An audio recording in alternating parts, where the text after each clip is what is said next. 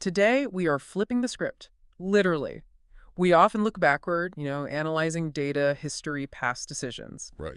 But today, we are diving deep into how we talk about what hasn't even happened yet. And it sounds so simple, doesn't it? Like a basic grammar lesson on verb tenses. Exactly. But the source material you shared is, well, it's much more profound than that. It's less a guide to conjugation and more a user manual for expressing commitment, for intent. A user manual for intent. I like that. Our language actually forces us to quantify how sure we are. And that has huge implications for how we plan and, how trustworthy we sound to other people. Okay, let's unpack this. Our mission today is to go way beyond just defining tenses. We're going to distill the mechanics of expressing certainty in English. The difference between a sudden thought, a solid plan, and just a vague possibility. And then once we have that framework, we're going to look at what we talk about, the universal human goals and aspirations that seem to pop up everywhere in the source material. We're moving from the mechanics of speech to the emotional content of our dreams. So let's start at that foundational level, because this is really where intent gets lost in translation, isn't it? It is. When you talk about something in the future, the most critical piece of information you're giving is just how sure you are. Is it a casual thought, a 100% done deal, or just wishful thinking? And the source material lays out three really distinct linguistic tools for this. Each one serves a totally different psychological function. And for you, the listener, getting these distinctions right is what separates someone who just speaks English from someone who really understands the nuances of human commitment. Oh, absolutely. You use the wrong one, you might sound flaky when you're actually dedicated. Or you could sound way too rigid when you're just trying to be flexible. Exactly. So let's talk about the first one. The default, we all learn, Yeah. will. It feels strong, powerful. But the material showed it operates on two almost contradictory frequencies. That's right. The first frequency of will is tied to the moment you're speaking. It's an immediate decision, a spontaneous promise. Ah, so it's a commitment that's literally being formed as I say it. Precisely. Yeah. You're at dinner, someone loves your cooking. You might say, oh, I will definitely send you the recipe tomorrow. Right. I hadn't planned to do that 5 minutes ago, but now I have. It's a spontaneous promise. It's an immediate declaration. It sets a trajectory. Yeah. But the second main use of will is, well, it's completely detached from personal commitment. Okay. It's for making predictions, about the world, technology, the economy. The source had that example. Technology will change a lot in the next 10 years. So that's not something I'm doing. It's an assessment I'm making. Exactly. It's an observation about external forces. But wait, how does a listener tell the difference?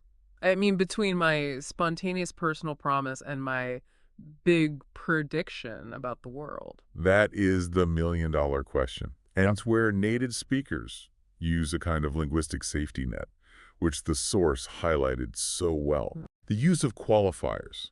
Phrases like I think or I believe. Ah, okay. If you say, I think people will travel to space more often, you are explicitly signaling that this is your own assessment.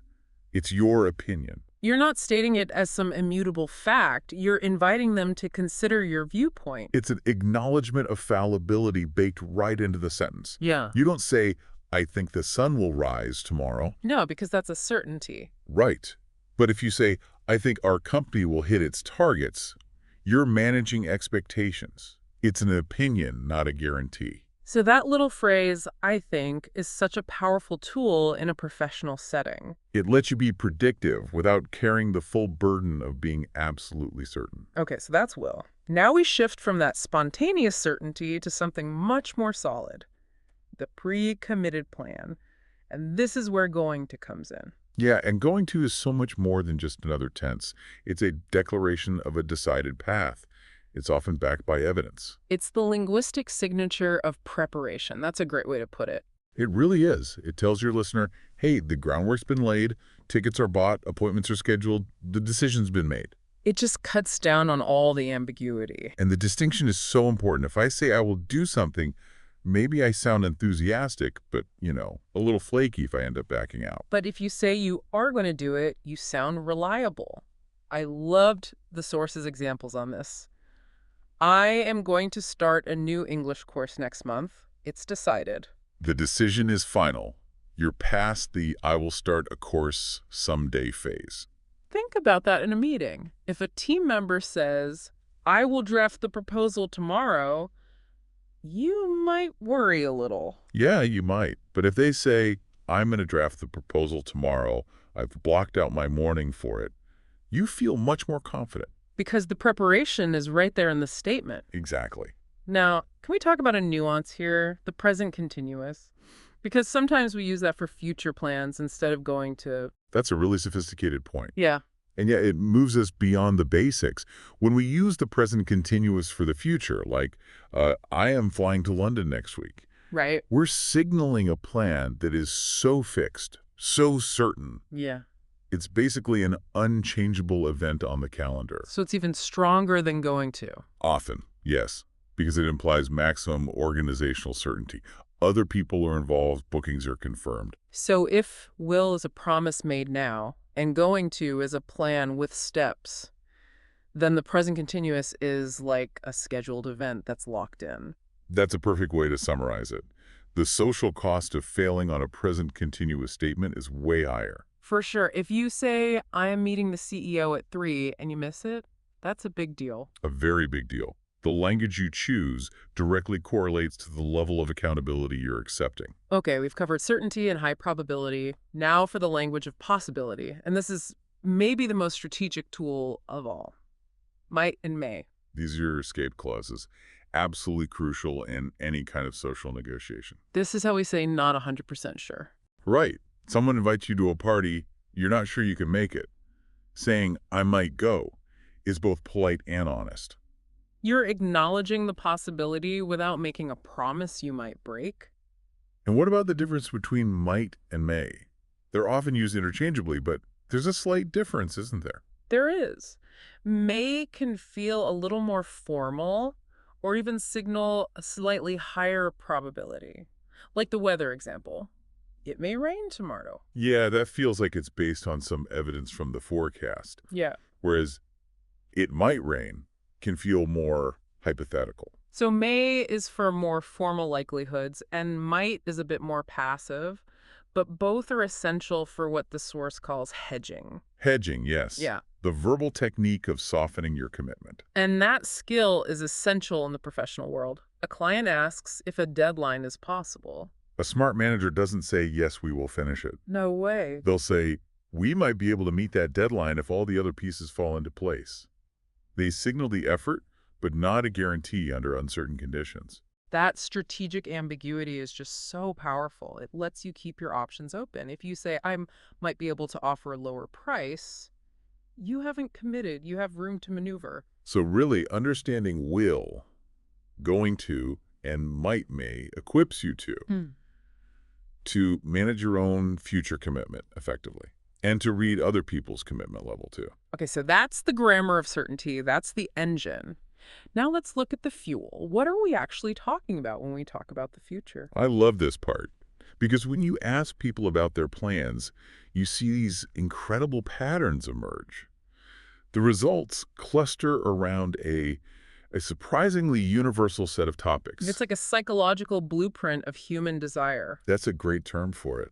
No matter the culture or background, the plans people make just consistently fall into these big four categories. Let's dedicate some time to these, because if you're making plans, chances are it's in one of these 4 areas. Okay, let's start with the big one, the one that speaks to our desire for new experiences, travel and exploration. And this isn't just about vacations. No, not at all. It's the desire for newness.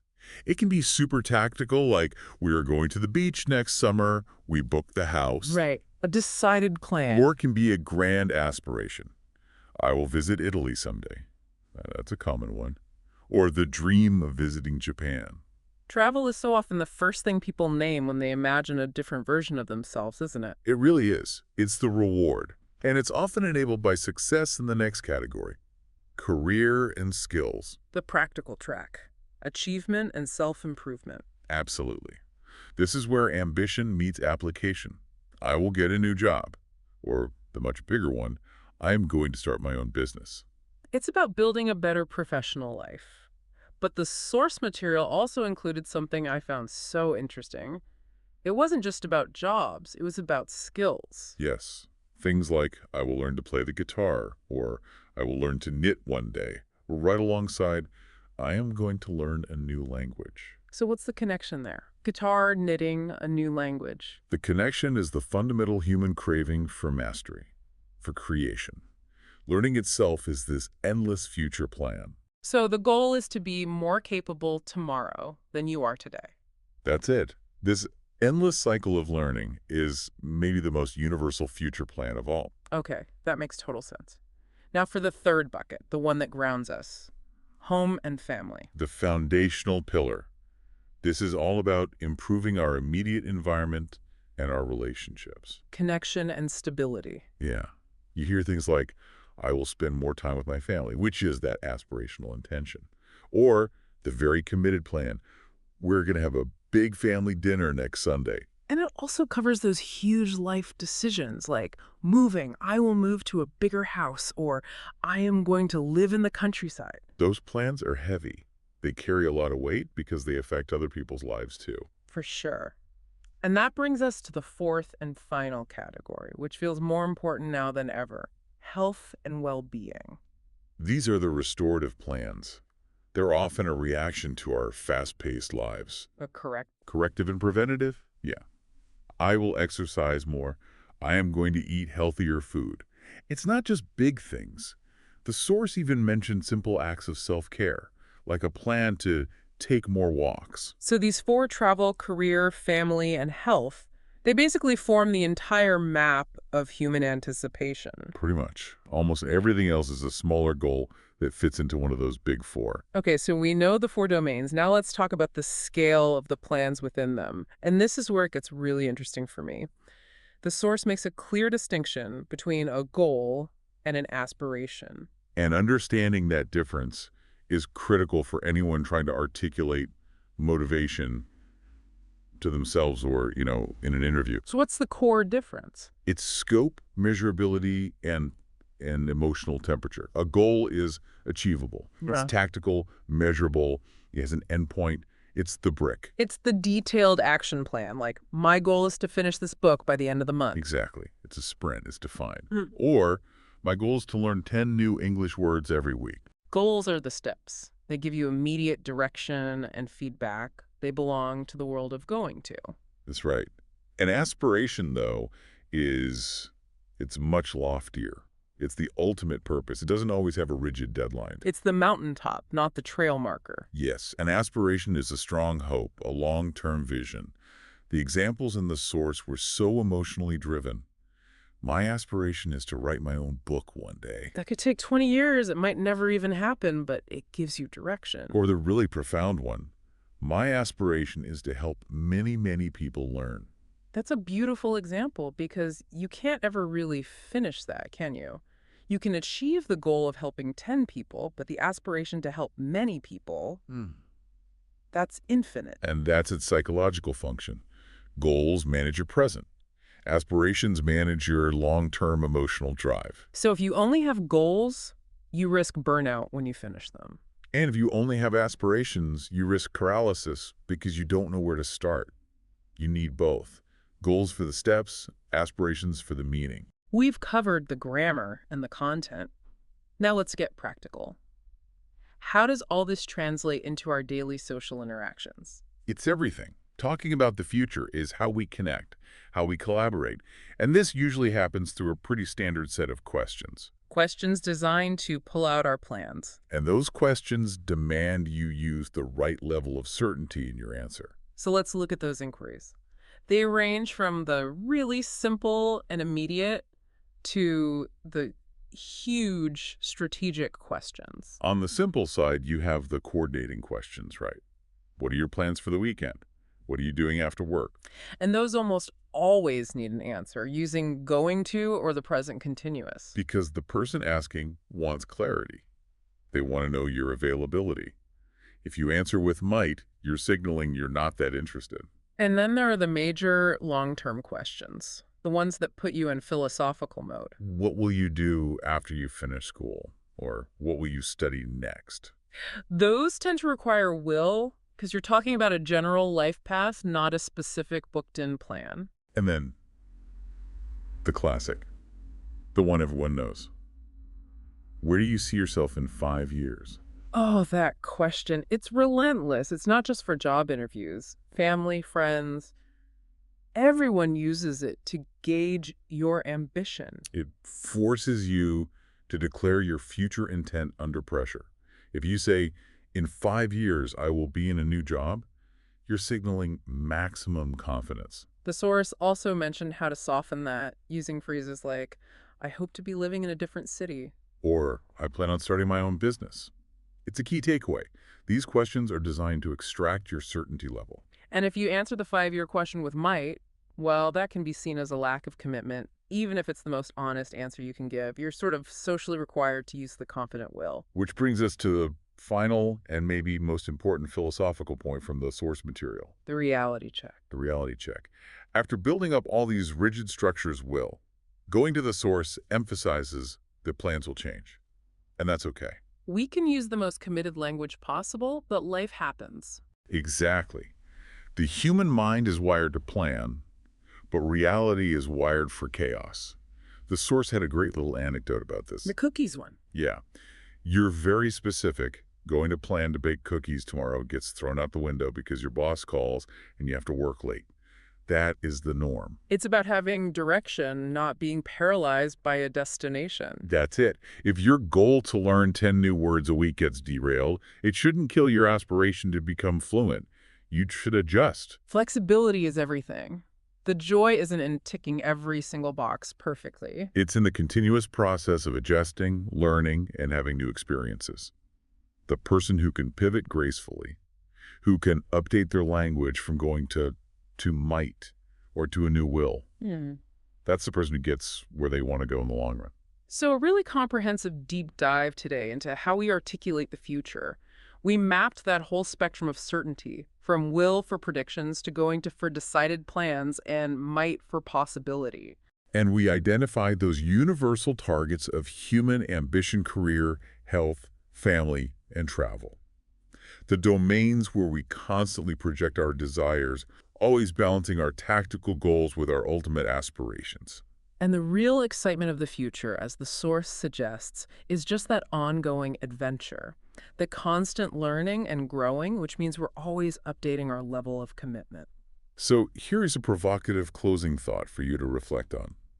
If we use 3 distinct levels of certainty to talk about the future will, going to, and might, which category do you personally spend the most time discussing?